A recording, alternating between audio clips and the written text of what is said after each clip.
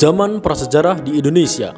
Jauh sebelum zaman sekarang ini, banyak bukti dan fakta mengenai kehidupan jutaan tahun yang lalu yang berada di pulau Indonesia. Sebelum saya ceritakan lebih lanjut, sebelumnya subscribe, like, dan share video ini supaya tidak ketinggalan informasi menarik di channel ini.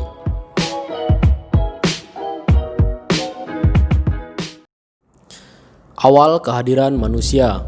Manusia muncul 3 juta tahun yang lalu saat terjadi masa glasial atau zaman es yang disebut kala Pleistosen akhir.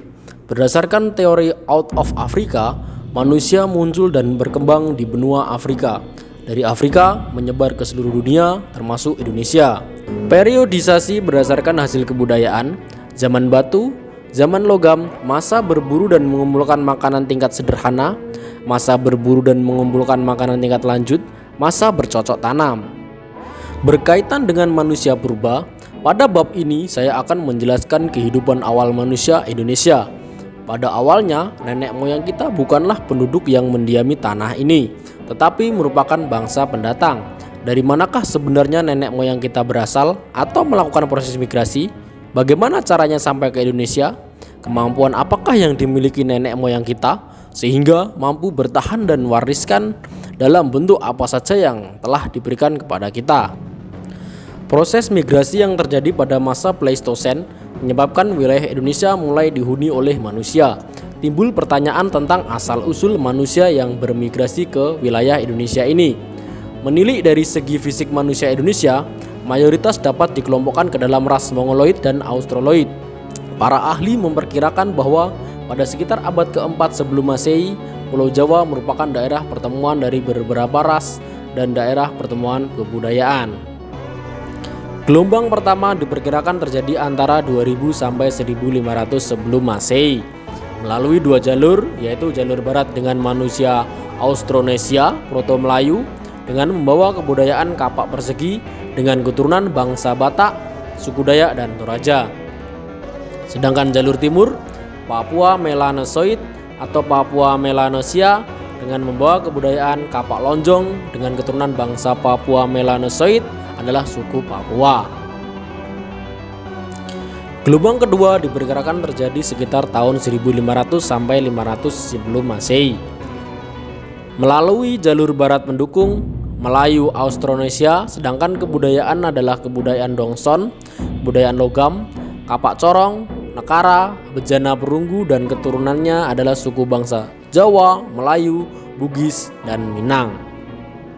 Sebelum kedatangan nenek moyang ke wilayah Indonesia, sebenarnya di Indonesia telah ada yang mendiami, tapi masih sangat sederhana. Seseorang ahli bahasa yaitu H. Kern melalui hasil penelitiannya menyatakan bahwa terdapat keserumpunan bahasa-bahasa di daratan Asia Tenggara dan Polinesia. Menurut pendapatnya, tanah asal orang-orang yang mempergunakan bahasa Austronesia termasuk bahasa Melayu harus dicari di daerah Champa, Vietnam, Kamboja, dan daratan sepanjang pantai sekitarnya. Hal ini menimbulkan dugaan bahwa nenek moyang bangsa Indonesia berasal dari Cina Selatan, yaitu di daerah Yunan. Selain itu, R. von Hein-Gulden yang melakukan penelitian tentang distribusi dan kronologi beliung dan kapak lonjong yang ada di Indonesia tidak pada kesimpulan bahwa alat-alat tersebut merupakan hasil persebaran kompleks kebudayaan Baskon Hoibih yang ada di daerah Tonkin, Indochina atau Vietnam sekarang ini. Sebenarnya terdapat beberapa teori yang membahas tentang asal-usul manusia yang sekarang menghuni wilayah Indonesia ini. Teori-teori tersebut antara lain sebagai berikut. Teori Out of Yunan. Secara keseluruhan, alasan-alasan yang menyokong teori ini yaitu sebagai berikut. Kapak tua yang ditemukan di wilayah Indonesia memiliki kemiripan dengan kapak tua yang terdapat di Asia Tengah. Hal ini menunjukkan adanya migrasi penduduk dari Asia Tengah ke Kepulauan Indonesia. Bahasa Melayu yang berkembang di Indonesia serumpun dengan bahasa yang ada di Kamboja. Hal ini menunjukkan bahwa penduduk di Kamboja mungkin berasal dari dataran Yunan dengan menyusuri sungai Mekong. Arus perpindahan ini kemudian dilanjutkan ketika sebagian dari mereka melanjutkan perpindahan dan sampai ke wilayah Indonesia. Kemiripan bahasa Melayu dengan bahasa Kamboja sekaligus menandakan pertaliannya dengan dataran Yunan. Teori ini merupakan teori yang paling populer dan diterima oleh banyak kalangan. Berdasarkan teori ini, orang-orang Indonesia datang dan berasal dari Yunan. Kedatangan mereka ke kepulauan Indonesia ini melalui 3 gelombang, yaitu perpindahan orang Negrito, Melayu Proto, dan juga Melayu Deutero. Teori out of Africa. Hasil penelitian mutakhir menyatakan bahwa manusia modern yang hidup sekarang ini berasal dari Afrika. Setelah mereka berhasil melalui proses evolusi dan mencapai taraf manusia modern, kemudian mereka bermigrasi ke seluruh benua yang ada di dunia. Apabila berdasar pada teori ini, maka bisa dikatakan bahwa manusia hidup di Indonesia sekarang ini merupakan hasil proses migrasi manusia modern yang berasal dari Afrika. Teori Nusantara.